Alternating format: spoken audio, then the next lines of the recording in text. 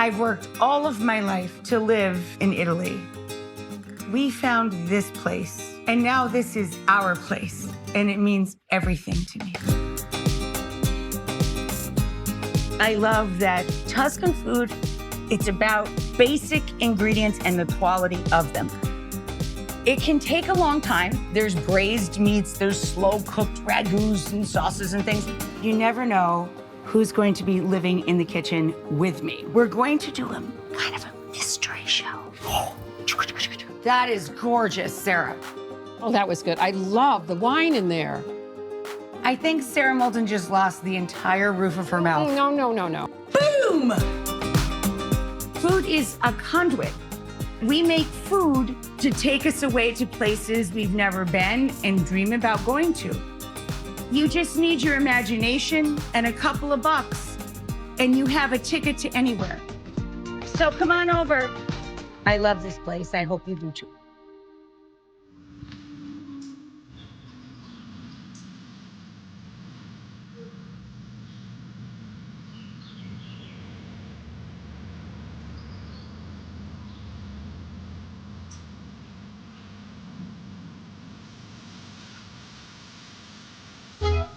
You know, I love Tuscany. I've never been to this part of Tuscany. Really? No, and I need a little break. You know, New York City's a little bit stressful. What can I say? And this is a good place to take a break. Yeah, this is phenomenal. It's a good view. Yes, it's so much fun. This is, she needs no introduction. This is Sara Moulton. You've seen her for years on any show that I was a part of.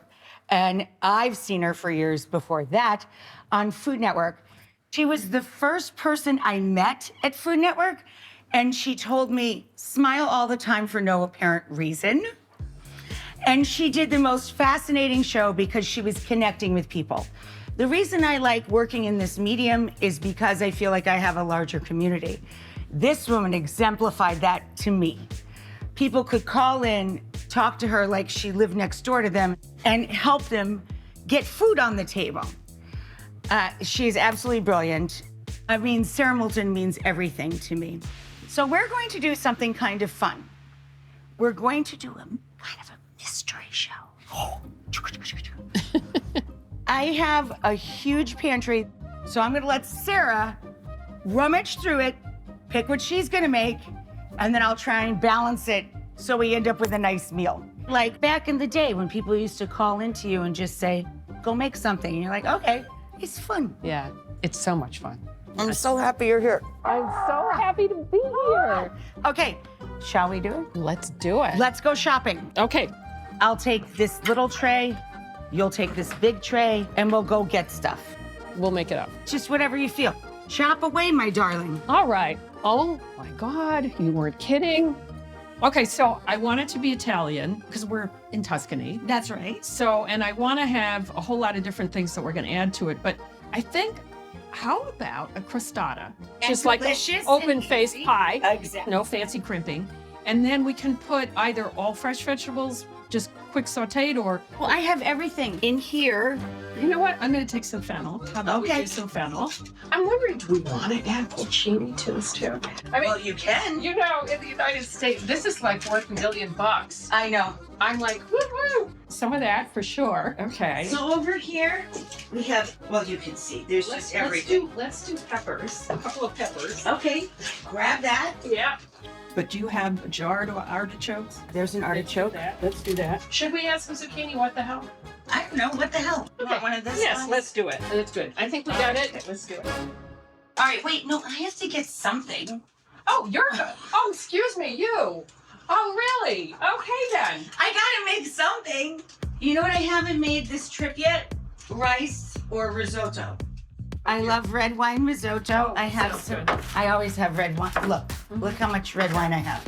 The Treviso. Great. Radicchio. Hello, fellas. These guys need to be zhuzhed up. These guys, red wine, good. Onions, garlic, cheese is already out there. Can I be good to go already? Maybe. All right, we got a plan, so you can get started on the crust first.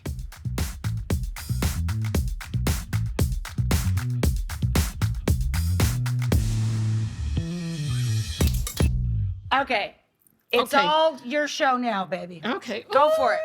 All right, so I am going to, do you usually weigh or measure? Now, this is a complicated question. When I'm making pizza dough, I always weigh. When I have to bake, which I hate to do, I agree weigh. on that one. I weigh. Yeah. Most of the time, I try and make things that I don't have to weigh because I like to just be loosey-goosey. Okay, I'm gonna do that just because, as you know, in baking, that's why we hate to bake also. That's it's more why precise. we hate to bake. So this is about 180 grams of AP flour, which is about a cup and a half.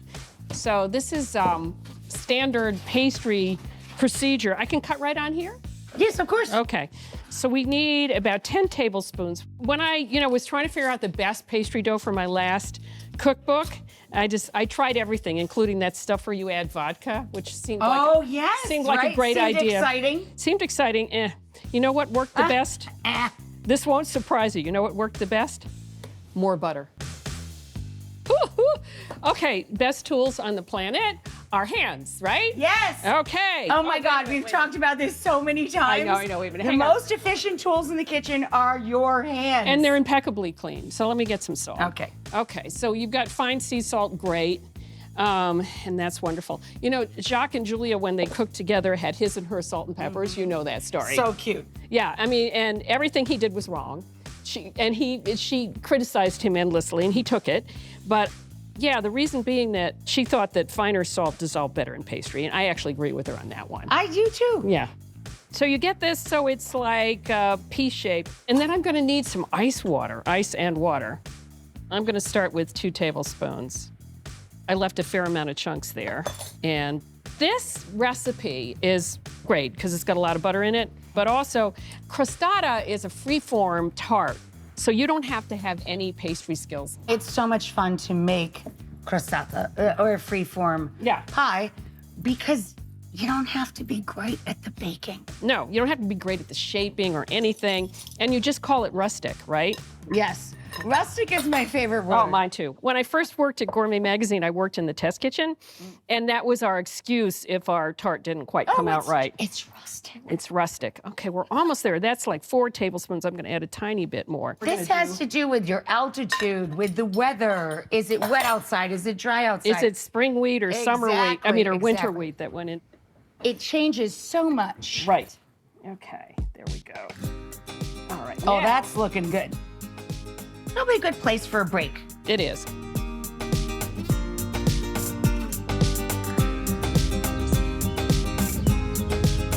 That is gorgeous, Sarah. I know, Just gorgeous. And I made enough for the next couple of days for you to add to things. Here's the fun part.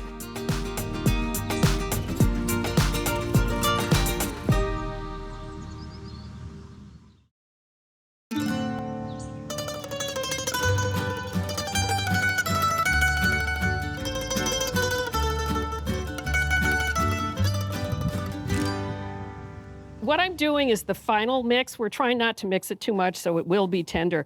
Can I have a bench scraper? Sure, babe. I know you have them. I know you have everything. Okay, there we go. Here you go, my darling. That's great. Okay. And then we'll put it in some plastic wrap? Sure. Okay. Or it could be foil. It's underneath you. Okay. So we're going to try to let this rest for as long as we can while we prep the vegetables because we want the gluten to relax. Although it really doesn't matter when we roll it out what it looks like. Because, hey, this is rustic. There we go. Should we put it in the freezer, actually? Sure, there's freezers over there. Okay, good.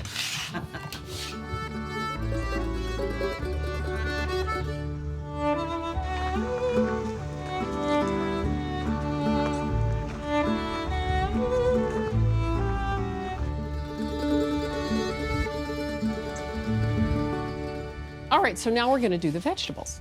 Porcini o'clock. Boy, this is exciting. These are well, they're like gold. What can I say? I mean, smell that fragrance. Oh. Let's go with this stock. Is it frozen? It's just bone marrow. Are we going to use the broth? You could use it for something else. You. But, I mean, that's going to reconstitute it for sure and make it really delicious. Yeah, so the mushrooms will be delicious, the broth will be delicious, and whether we use the broth or not, you can always use it. Bring it up, turn it off, let it soak. L to the yes. So let me get the rest of these guys ready. I presume you like all vegetables, right? I eat everything. Peppers, fennel, onions, garlic, zucchini. Where's my husband when we need him? He could start doing dishes right now. Yeah. Would you mind draining the porcini and saving the liquid for you later for some yummy thing?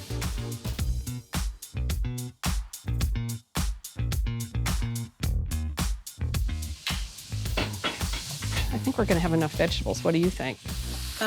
All right, so I think I've got this. I'm gonna chill it off and get the dough out and roll it out. And what are you doing over there? Oh, I'm just chopping up chorizo. So Treviso is what we would call radicchio, right? It's long, pointy radicchio. Radicchio, yeah. All right. Yeah, I think we have enough filling. I think we have enough for It's you to gorgeous. add to pasta tomorrow. You're gonna roll up the dough, yes? Yeah. Ideally, the dough should rest an hour, and then you roll it out. So you can see all the little butter pieces in there. Oh, isn't that great? And we got the oven preheated to 400? Yes, we do. Okay. All right, Rach, I gotta park this in the fridge again.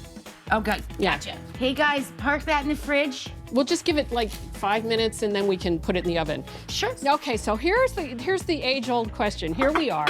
We're in Italy, we're in Europe, and you can leave the eggs on the counter. Why? My family did all the time, all of my life.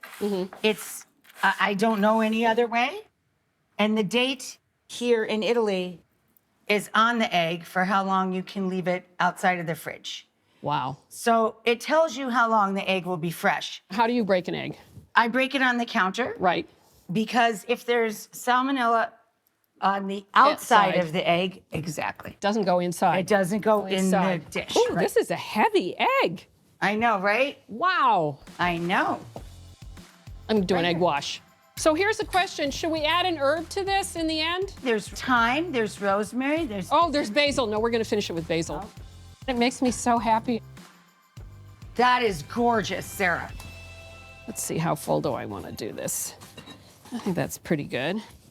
I made it colorful, but now I'm going to cover it up with cheese, but who cares? Well, I don't think, especially an American audience, is going to mind that there's a lot of cheese on there.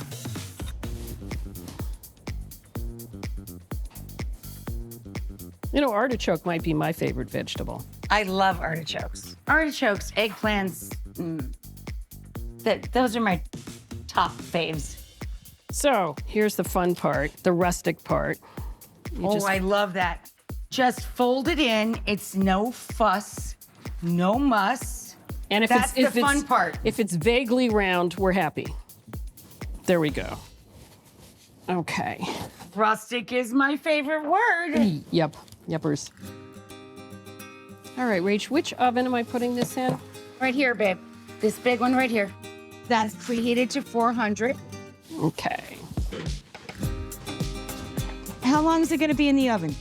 About 35 minutes. There we go. Okay. All right.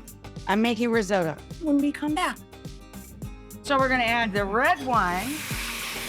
It's looking very rustic. I love rustic.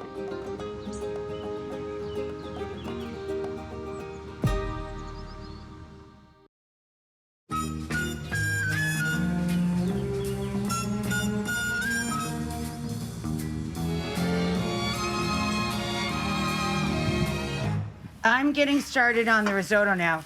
So again, risotto is not that scary. It is a little bit labor intensive in that you have to stir it. You can't just walk away and take a nap. This is a risotto spoon. I didn't know that. Now, why is this a risotto spoon? What is the hole all about? To develop the starch You could develop more starch if you have a hole. and a round pot. So this is just short grain rice. So carnaroli arborio that we toast up with minced onion, and we put a little garlic in everything at our house. Oh, I approve. Yes. And then we put in a little salt. You can put in a little bit of pepper, but for a dish like this, you can use white pepper, you can use red pepper, or you can use black pepper. It's really dealer's choice. We're using spicy radicchio, so I think a little black pepper. Okay, sounds Just good. a touch, just a little touch of black pepper in this, and that's fine. And we stir, stir, stir. So how long does it take you to make risotto? From the point that we start to add liquids, this takes 18 minutes. So, she's I'm got on it. my back. I'm on She's it. got my I'm on back. it. She has got my back. So we're gonna add the red wine. Do you speak Italian? I'm sure you do. Well, I've studied it for many, many years and I try, but I'm kind of a faker. Well, that's all right. I can read really well. I can watch a movie and understand what's going on, but I get nervous when I go to speak. I don't know why that is. It's ironic given what I do for a living, but it is what it is. It's just the truth. Well, nobody's going to judge you less than the Italians. It's not like you're in France.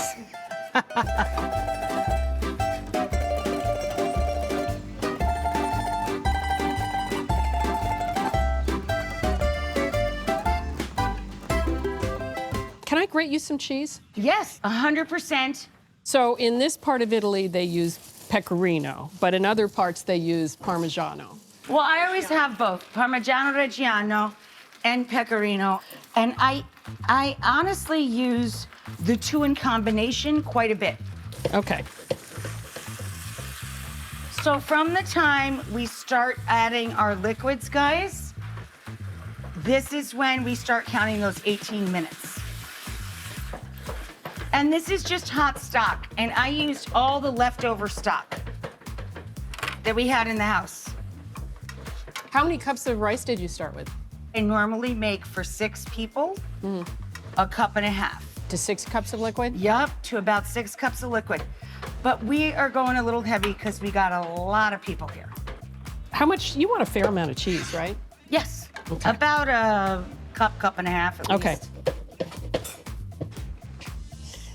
You know, I'm sort of like, I want to take a peek, but I'm worried I'll cool it down too much. Is your oven pretty accurate?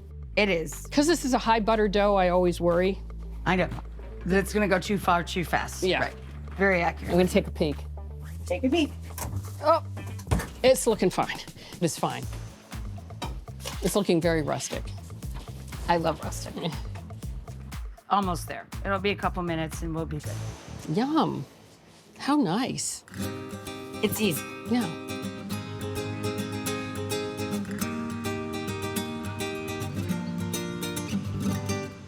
Go for it.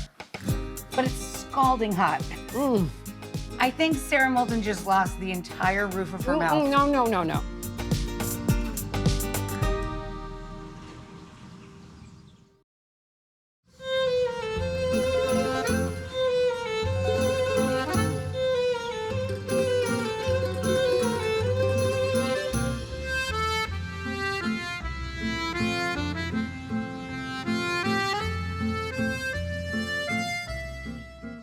Mazel tov.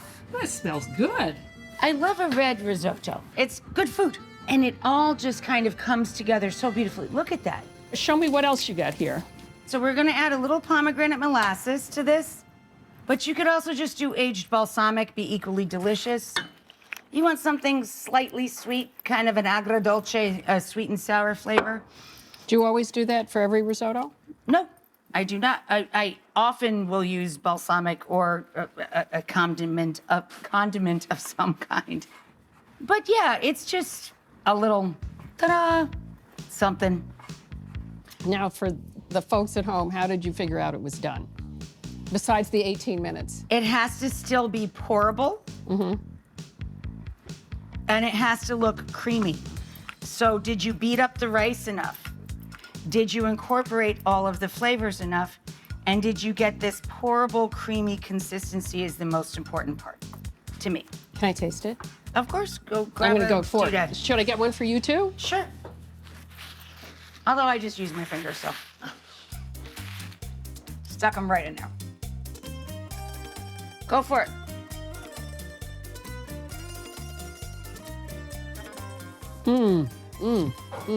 But it's scalding hot. I think Sarah Moulton just lost the entire roof of her mouth. No. In my kitchen. Oh, that was good. I love the wine in there. Some pomegranate to garnish. There it is, the mystery risotto. What do you think? Let me just take a look at the bottom.